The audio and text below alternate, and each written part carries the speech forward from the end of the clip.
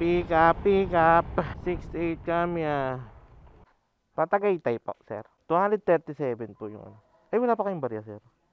Wala pa, first booking ko pa lang po, pasensya na po. Pick up na natin ating first booking. Deliver sa Tagaytay. Hoping lang din na may makuha tayo na booking going to Tagaytay, Silang, ganyan. Kasi napakaliit lang ng item. Sana ma-double book natin itong nakuha natin na booking na to.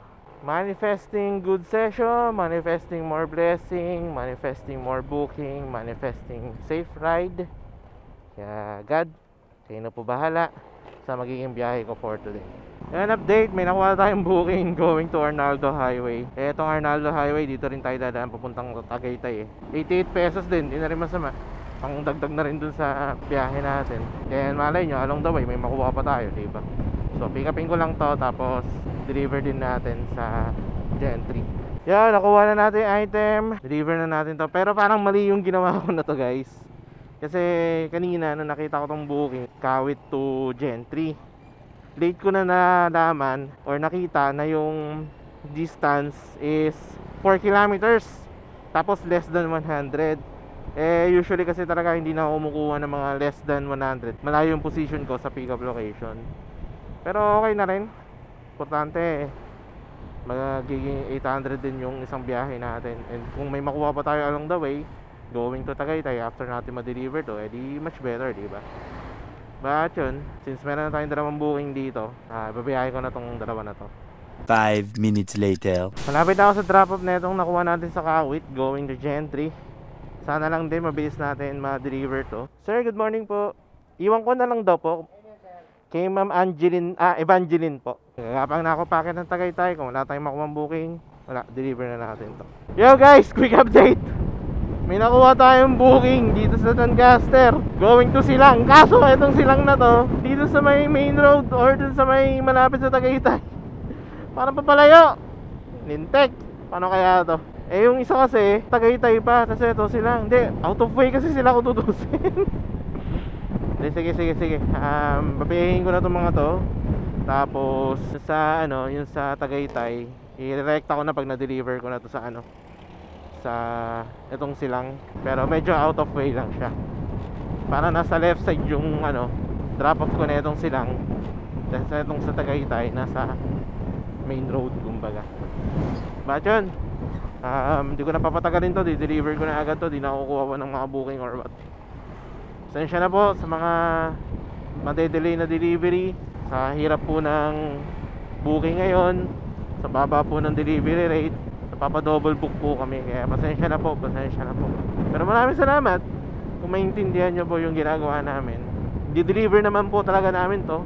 Pero ito hindi ko na po papatagalin. Talagang i-direct ako na to. Siguro may delay lang po ng mga, let's say 30 minutes. Pasensya na po, pero maraming salamat sa pag-intindi. 82 kilometers later. Guys, quick update. Malapit na ako dun sa isang drop-off. Yung isang drop-off kasi pupunta dun sa kabila ng Silang. Yung nakuha ko dito sa Gentry, sa may Lancaster. Etong kasi, ito nakuha ko sa Noveleta, Tagaytay, going to Tagaytay.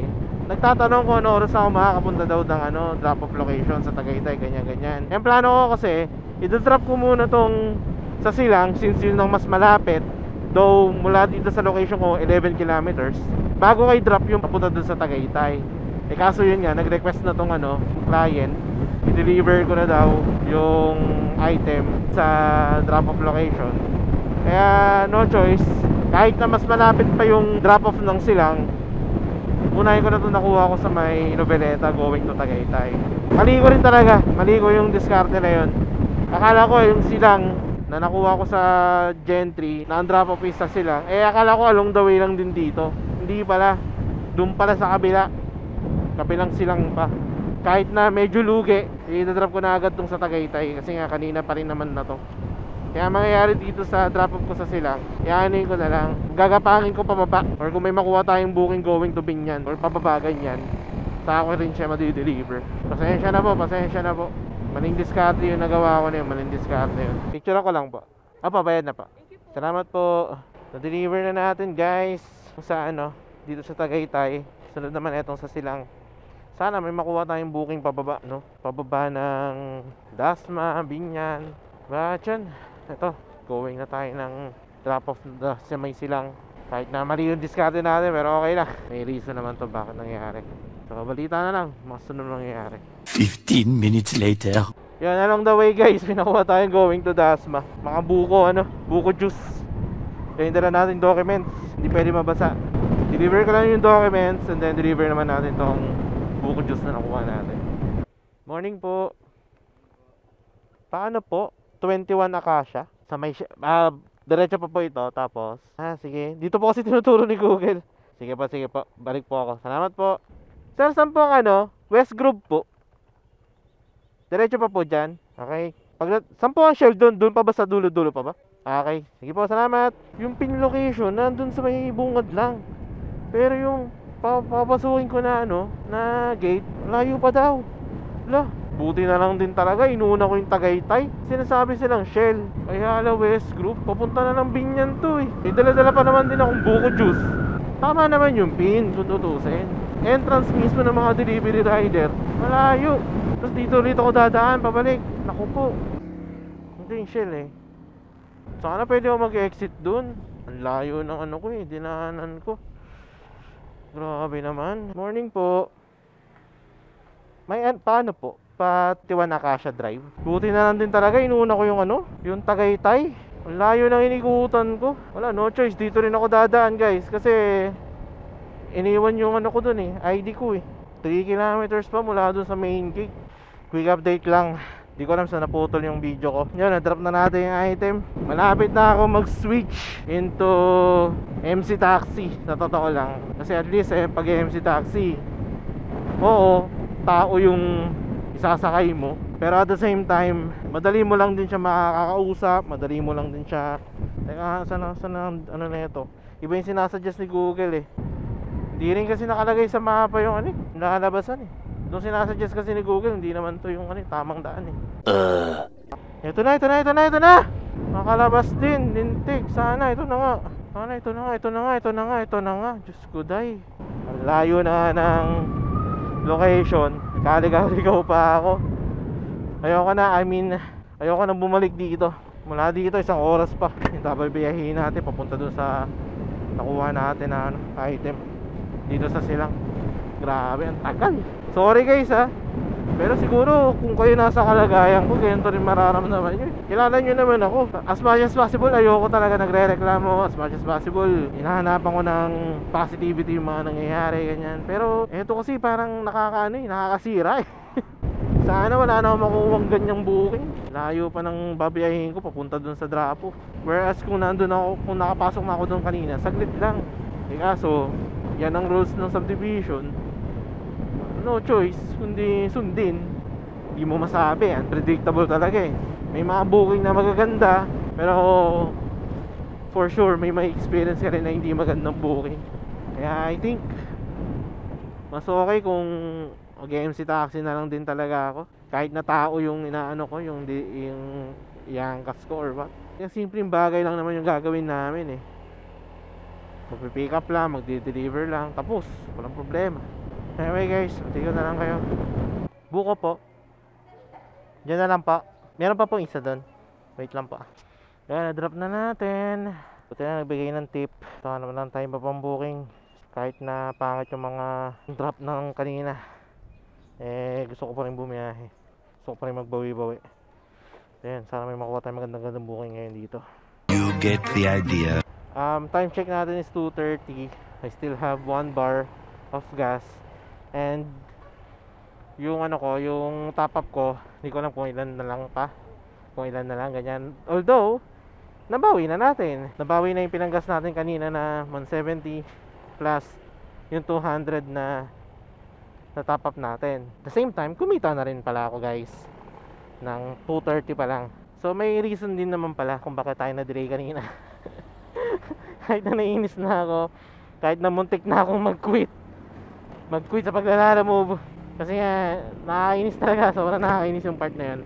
Silver lining ng nangyari kanina, na-delay ako, saan ako pumunta, layo ng pin location, mula dun sa drop-off, ganyan-ganyan. Yun nga, nakakuha tayo ng mga magagandang booking. At the same time, kapag double book pa tayo. Lastly, yung client natin, na pinagdeliveran natin dun sa sa subdivision na nakakalito na muntik na ako maligaw, eh tumawag sa akin.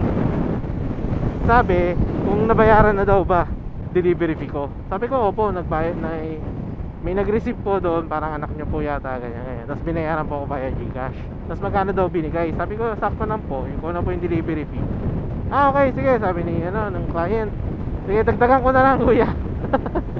Ayoko naman siya, tuwan-tuwa kasi dadagdagan niya daw eh. So yun, nag-send pa siya sa akin ng panibagong delivery fee. So yun, yung nakita kong silver lining. Kaya kahit pa paano, maganda rin naman, may magandang naitulot din naman yung yung pag-delay natin na yun, nakuha natin yung booking na yun, ganyan. Pero at the same time, ayoko na munang kumuha ng drop is dun sa may silang na yun, subdivision na silang na yun. Kasi nakakalito, hindi ka nakakaligaw. At the same time, ang layo pa ng ang layo ng pinakadaanan ng mga delivery rider compared dun sa sinasuggest ni Ilalam UPN ni Google Maps.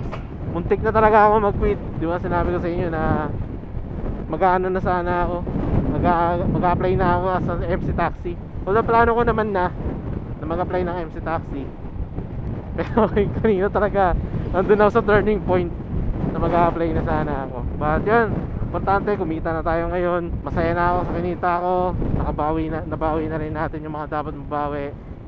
And eto, 2:30 pa lang pero magpapahinga na ako kasi napakainit, sobrang init ng panahon ngayon. So yun guys, I guess dito ko na natatapusin ang vlog. Pero bago ko tapusin ang vlog na to, gusto ko muna magpasalamat kay God. Pasensya na po God kung kinu-question ko or nawalan ako ng faith kanina. Alam ko po na sinusubok niyo lang ako, pero pasensya na po. Pero maraming salamat po sa mga binigay niyo pong blessing sa akin. Maraming salamat po for keeping me safe. Siyempre maraming salamat po sa mga booking na nakuha ko, sa mga naging client natin. Maraming salamat din po sa inyo, especially sa mga nagbibigay po ng tip. Thank you very much po. And lastly, sa mga tunay na followers, tunay na sumusuporta, mga hindi yung tipong nakaabang lang kung ano mga nangyayari sa akin, yan. Maraming salamat sa inyo. Talagang tunay na sumusuporta kayo sa ginagawa kong ito. So ayan, ito kong tapusin ang vlog. Don't know drill. Ride safe. Peace out.